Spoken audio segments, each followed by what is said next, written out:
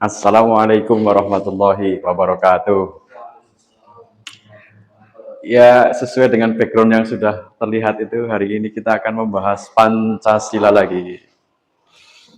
Tema yang akan kita bahas pada siang hari ini adalah tentang ekonomi Pancasila. Ya. Apakah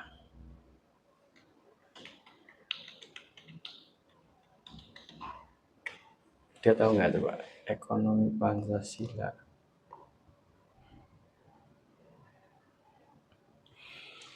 Jadi ini termasuk pembahasan lama sebetulnya.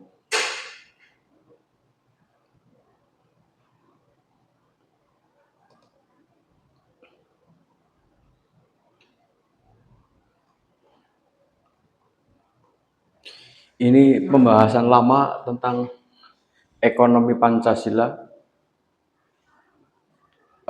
Sejak awal dimunculkannya Pancasila itu sudah pembahasan ini sudah muncul di eranya siapa Bapak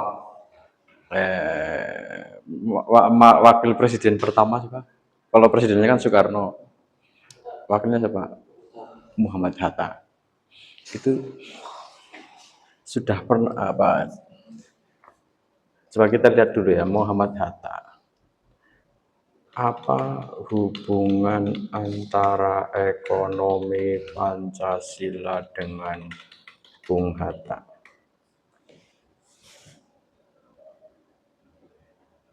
Nah ini kan, Bung Hatta itu yang dianggap sebagai perumus utama gagasan ekonomi Indonesia yang kemudian menjadi pondasi dari konsep ekonomi Pancasila. Gitu. Makanya Bung Hatta juga dikenal sebagai selain pahlawan nasional juga itu bapak koperasi.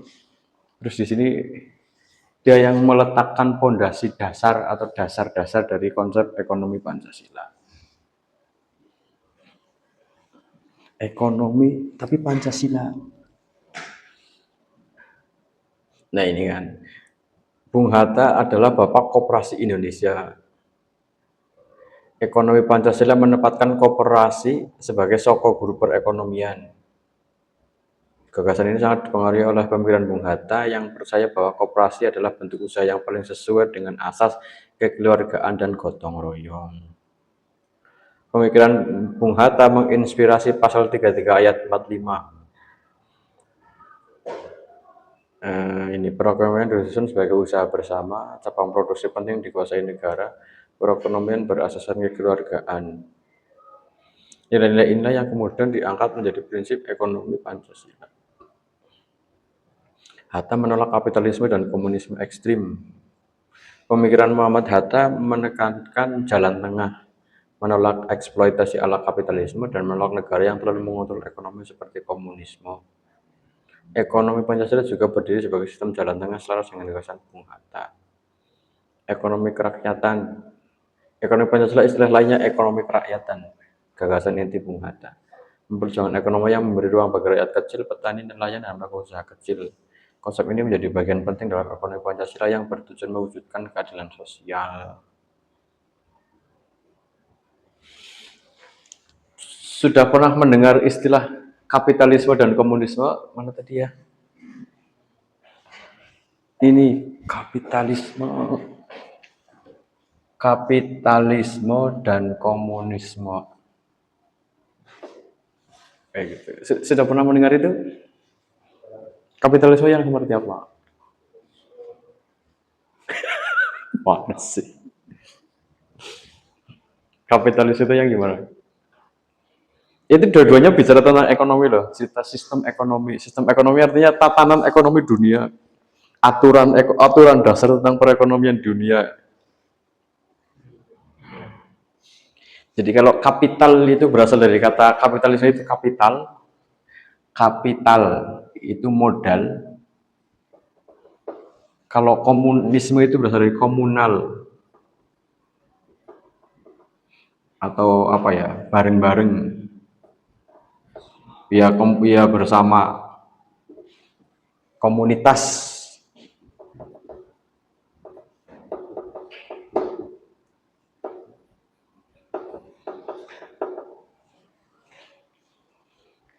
Ini yang privat, sendiri-sendiri, kalau itu yang bareng-bareng. Jadi kalau di kapitalisme itu adanya persaingan, siapa yang punya modal dia memimpin jalannya perekonomian. Siapa yang modalnya paling besar, dia paling berkuasa secara ekonomi.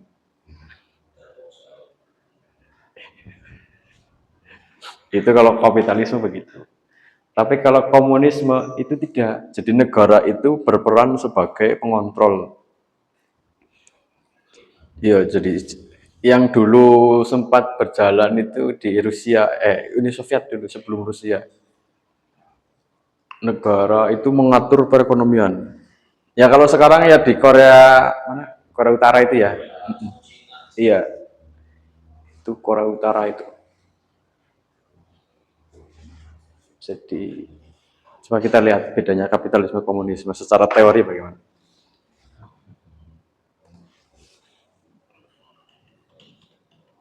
Perbedaan hanya kebanyakan. Kapitalisme dan kalau liberalisme ini bebas ya, ini kapitalisme dan komunisme. Perbedaan utama antara komunisme dan kapitalisme terletak pada kepemilikan alat produksi, peran pemerintah, dan struktur masyarakat. Ini di bawah ada bagian apa skemanya ini.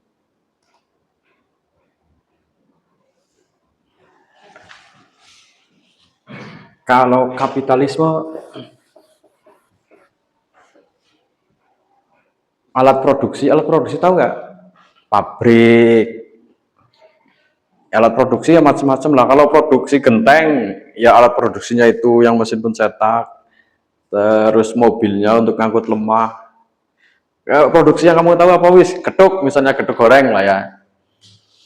Alat produksinya kan berarti wajan. Nggoreng geduk sih, apa mana? Tungku, terus nggodok bedine, apalagi minyak, apalagi pokoknya itulah ya alat produksi. Kalau cerita misalnya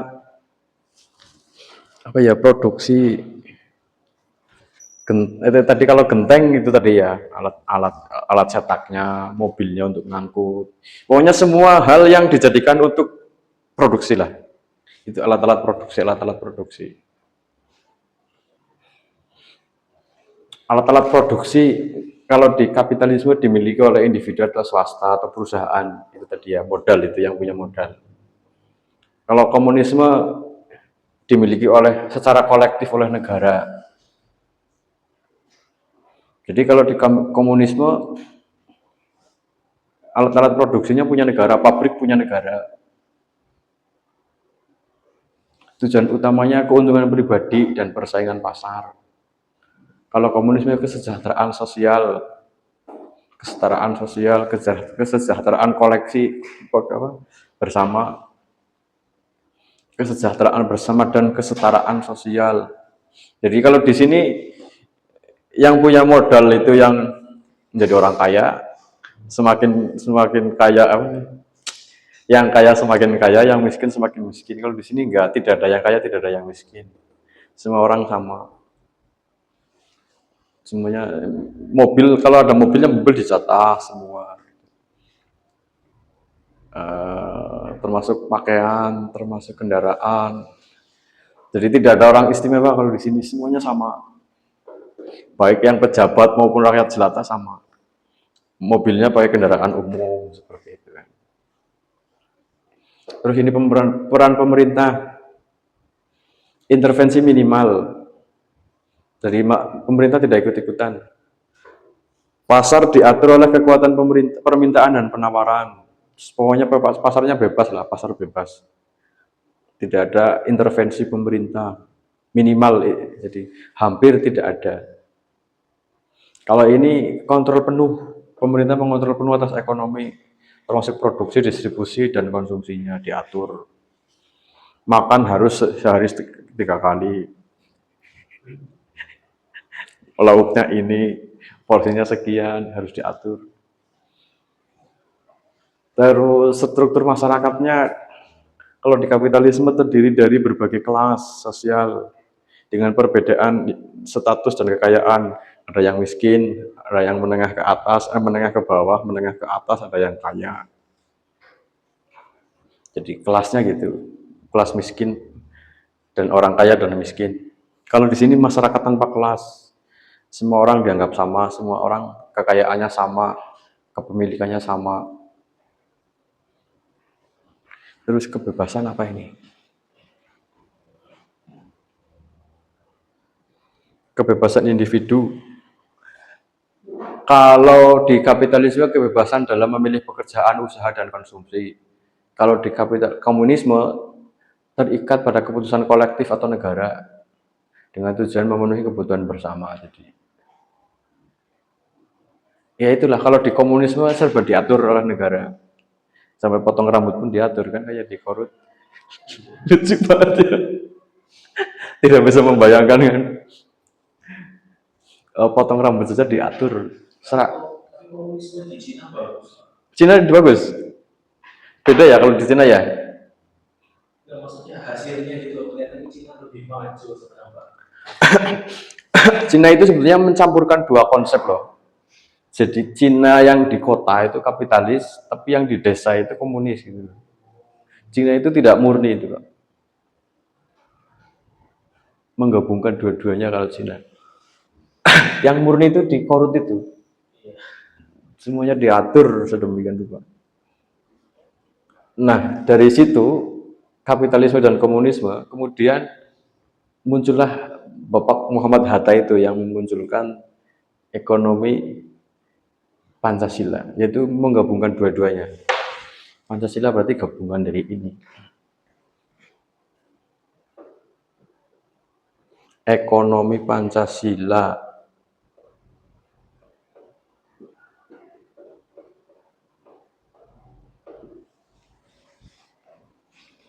Gabungan dari dua-duanya.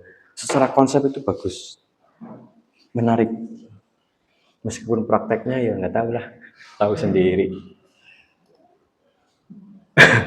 Konsepnya yang terlalu bagus kali ya.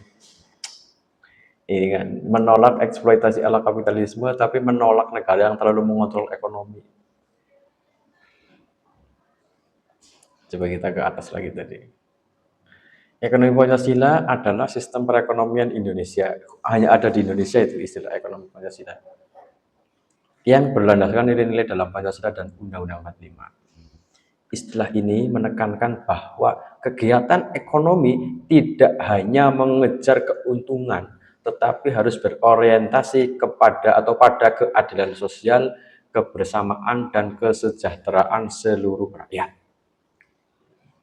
Ciri-ciri ekonomi Pancasila. 1. Kekayaan negara dikelola untuk kemakmuran rakyat. Ini kan ada di Undang-Undang 45, pasal 33, 45. Air, tanah, energi, hanya itu dikuasai negara dan digunakan sebesar-besarnya untuk kemakmuran rakyat. Masih hafal nggak pasal 33 ayat 4? Pasal 33 45 itu Undang-Undang 45 masih ingat nggak? Masih ingat nggak pasal 33? Air, ini.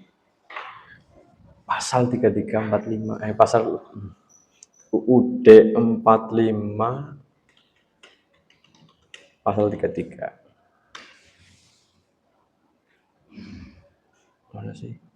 UUD 45 pasal 33 UUD 45 mengatur dasar perekonomian nasional dengan menyatakan bahwa perekonomian disusun sebagai usaha bersama berdasar ke atas asas kekeluargaan. Menegaskan bumi, air, dan kekayaan alam yang terkandung di dalamnya dikuasai oleh negara dan dipergunakan sebesar-besarnya untuk kemakmuran rakyat.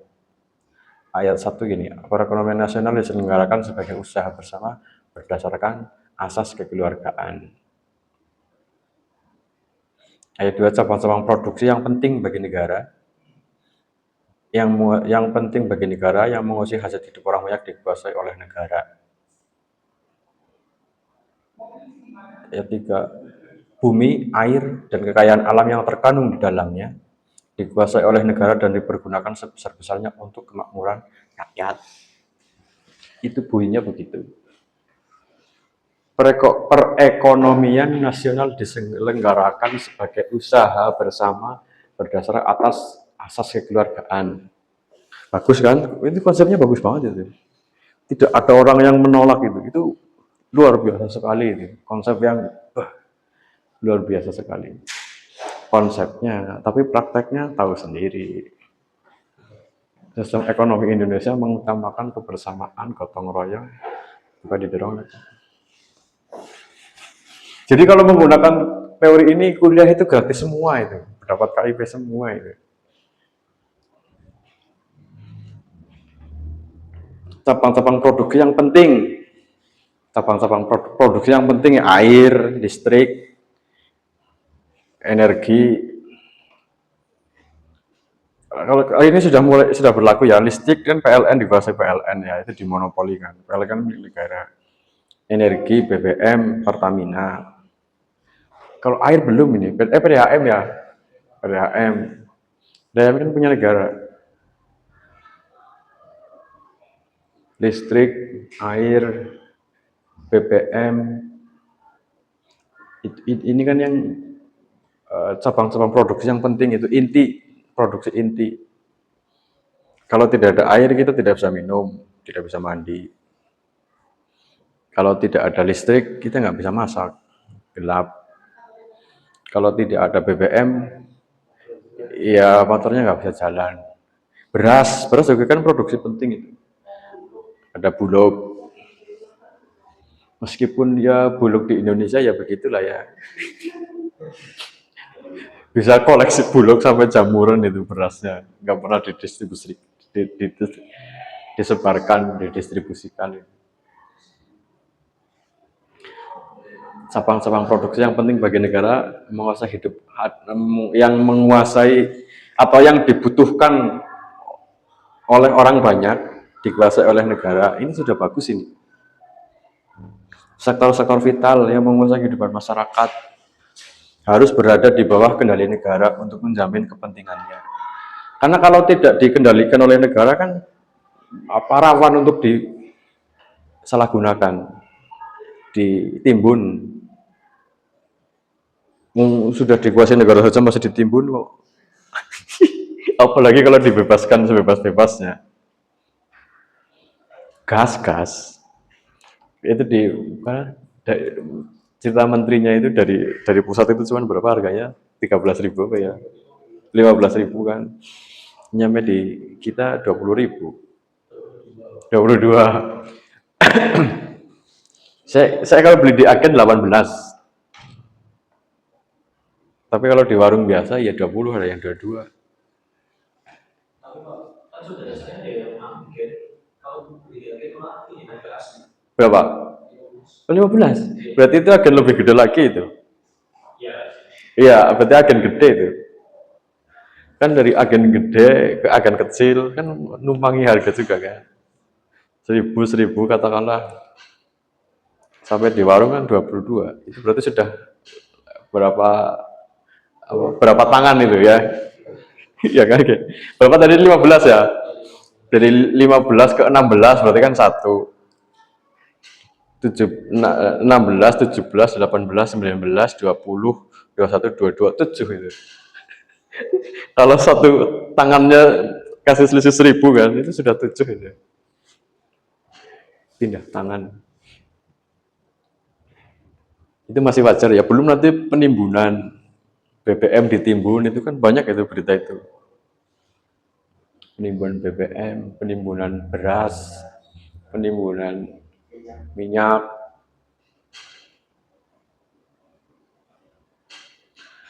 Beras sudah ada Bulognya, kedelai yang belum kayaknya loh. Bulog itu mau menguasai kedelai juga nggak sih? Kayaknya enggak ya, cuman beras ya. Kedelai itu kan untuk banyak itu, tahu, tempe. Terutama orang Jawa ini kan lauk favoritnya tahu dan tempe itu, nggak pernah pisah itu. Iya, kalau nggak tahu tempe, kalau nggak tempe tahu gitu terus. Jadi kedelai itu termasuk itu loh, sektor vital. Itu juga harusnya dikendalikan oleh negara itu. Tapi ya jangan dikorupsi. Masalahnya itu ini termasuk ini kan. Bumi bumi itu ya telah tanah maksudnya. Kamu tempat tinggalmu. Tapi kalau di sini belum berlaku itu, bumi dikuasai negara itu enggak belum berlaku. Nanti banyak orang yang semua orang protes itu. Tanah rambut. Oh ya sudah mulai ya. Ya sudah mulai ya. Tanah yang nganggur berapa tahun, 2 tahun ya. Itu disita negara. Bumi ini kalau di mana ya, di luar negeri kayak di Jerman, Belanda itu sudah lama itu berlangsung. Orang sana itu tidak punya tanah. Jadi tanah itu milik negara. Ya kayak kalau di Indonesia di Jogja lah, Keraton Jogja itu. UGM termasuk kampus-kampus kayak UIN Jogja itu kan dia mendiami tanah keraton. Jadi hanya hak pakai tapi tidak hak milik. Dia hanya dibolehkan memakai selama-lamanya, tapi tidak bisa memiliki. Artinya tidak bisa menjual. Hanya bisa memakai. Bumi itu bumi. Kalau di sini kan masih milik pribadi. Siapa yang punya duit, siapa yang jadi orang kaya, tanahnya kan banyak. Itu masih belum sesuai undang-undang ayat 3 itu. Mau nggak kalau disesuaikan dengan undang-undang itu? Kamu jadi nggak punya tanah. Iya kan? Kamu jadi nggak punya tanah. Karena bumi, itu kan kalau undang-undangnya kan bumi, air, itu kan. Ini tanah, bumi kan tanah ini. Kalau bumi dikuasai negara kan kamu nggak punya tanah. Kamu nggak punya sertifikat bukti kepemilikan lahan ya. Kalau bumi sudah dikuasai oleh negara 100%, nggak ada orang sipil punya, nggak ada masyarakat punya sertifikat itu, karena semua milik negara. Kalau di Belanda, di Jerman itu kan kebanyakan orang-orang itu yang tinggal di kota ya, itu hidupnya kan tinggalnya itu di apartemen. Itu kayak kos-kosan lah kalau di kita. Cuman yang membuat itu pemerintah. Jadi ada sistem sewanya. Bisa pindah-pindah. Jadi kalau sekarang di sini saya sudah bosen, besok pindah. Orang-orang sipil di sana kan nggak punya lahan. Kecuali orang-orang yang tinggal di desa, itu sih di sana di Eropa juga ada desa juga. Orang-orang yang punya lahan hanya orang-orang yang di desa, tapi yang di kota enggak. Bumi, air, kalau air itu PDAM. Tapi di PDAM kan ya tahu sendiri kan. PDAM kita kalau dikomplain responnya lama. Giliran pembayaran ya kayak PLN itu kan, masyarakat itu nggak pernah telat bayar listrik, katanya PLN rugi, kan aneh ya. Itu tadi yang sekarang lagi ramai di medsos itu pemindahan tiang listrik yang mengganggu itu, hanya pindah 1 meter bayar 4 juta gitu. Padahal PLN masang tiang itu kan nggak pernah bayar, nggak pernah nyewa itu.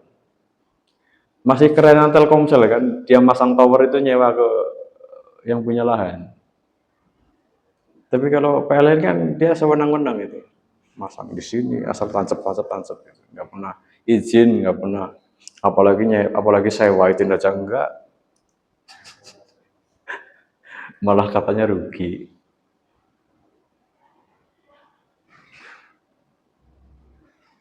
Bumi, air, kekayaan alam yang terkandung di dalamnya, kan berarti termasuk kekayaan alam yang terkandung di dalam bumi, mineral, emas, apalagi sih, batu bara, minyak, uranium dan sebagainya itu harusnya dikuasai oleh negara. Jadi tidak boleh itu ada Exxon Mobil, ada ya perusahaan-perusahaan swasta itu harusnya nggak boleh itu.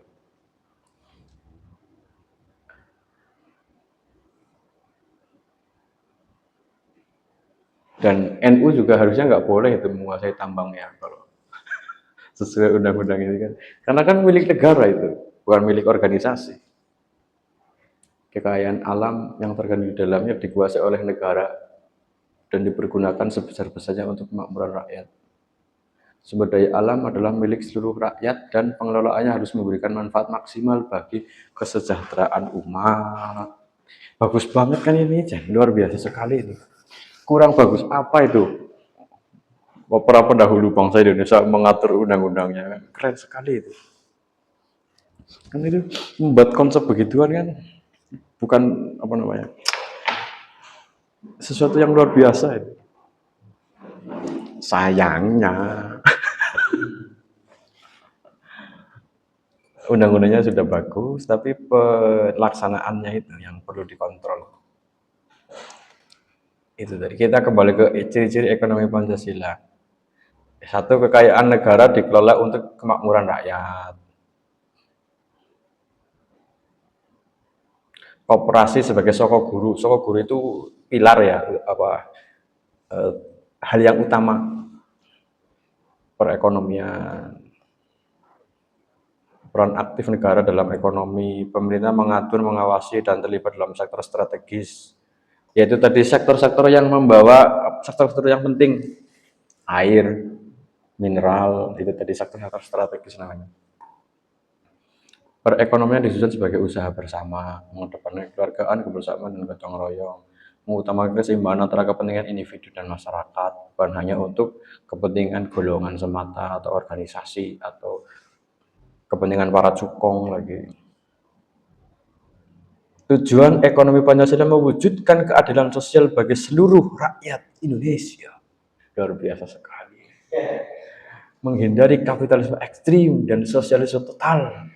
Mengambil jalan tengah yang sesuai jati diri bangsa. Luar biasa sekali. Membebaskan masyarakat dari kemiskinan dan ketimpangan. Ini.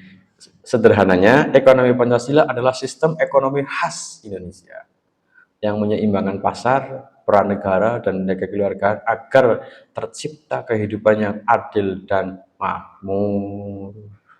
Kalau sistem ekonomi Pancasila ini sudah berjalan sesuai dengan aturan yang ada, itu nggak ada namanya anak putus sekolah itu. Tidak ada namanya orang sakit terlantar nggak bisa beli obat, tidak ada namanya tunawisma, orang yang tidak punya rumah itu, tidak ada yang namanya semua sosial urusan semua masalah sosial beres itu, masalah rumah beres, pendidikan beres, kesehatan beres. Jadi sayangnya ya tahu sendirilah, males jadinya. Demikian, ada pertanyaan nggak? Ada yang ditanya?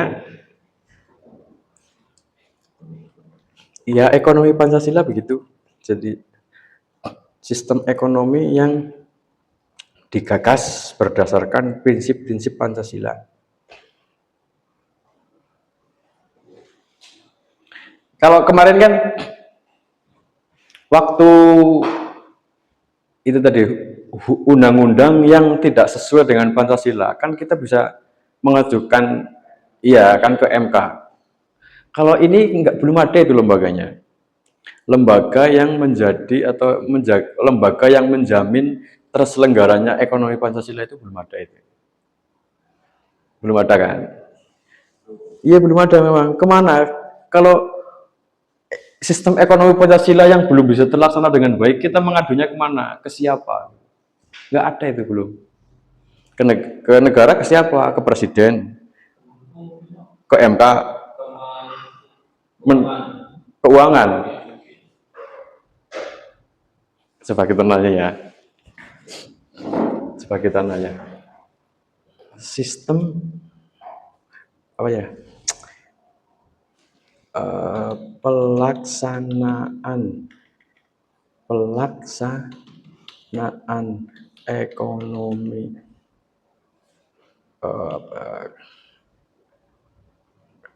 ke apa ya? Istilahnya apa ya? Kecurangan dalam pelaksanaan ekonomi Pancasila, pengaduannya ke mana?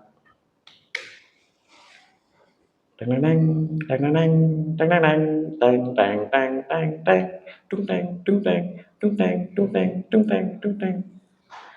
Bagus pertanyaannya. Bila kamu mendapati kecurangan dalam pelaksanaan ekonomi Pancasila, misalnya penyalahgunaan sumber daya publik, korupsi, manipulasi di koperasi atau penyimpangan pengelola ekonomi tergantung jenis penyelenggaranya, kamu bisa melapor ke beberapa lembaga instansi di Indonesia. Berikut beberapa tujuan pelaporan. Bila dugaan korupsi ke KPK, dugaan pengelolaan keuangan negara atau aset negara yang tidak wajar ke BPK. Masalah terkait koperasi, ombudsman, termasuk pelayanan publik sektor ekonomi rakyat. Penyalahgunaan transaksi keuangan yang mencurigakan, PPATK. Pengaduan perlu dilaksanakan bila terjadi korupsi, gratifikasi, penyalahgunaan wewenang, penggelapan, penipuan atau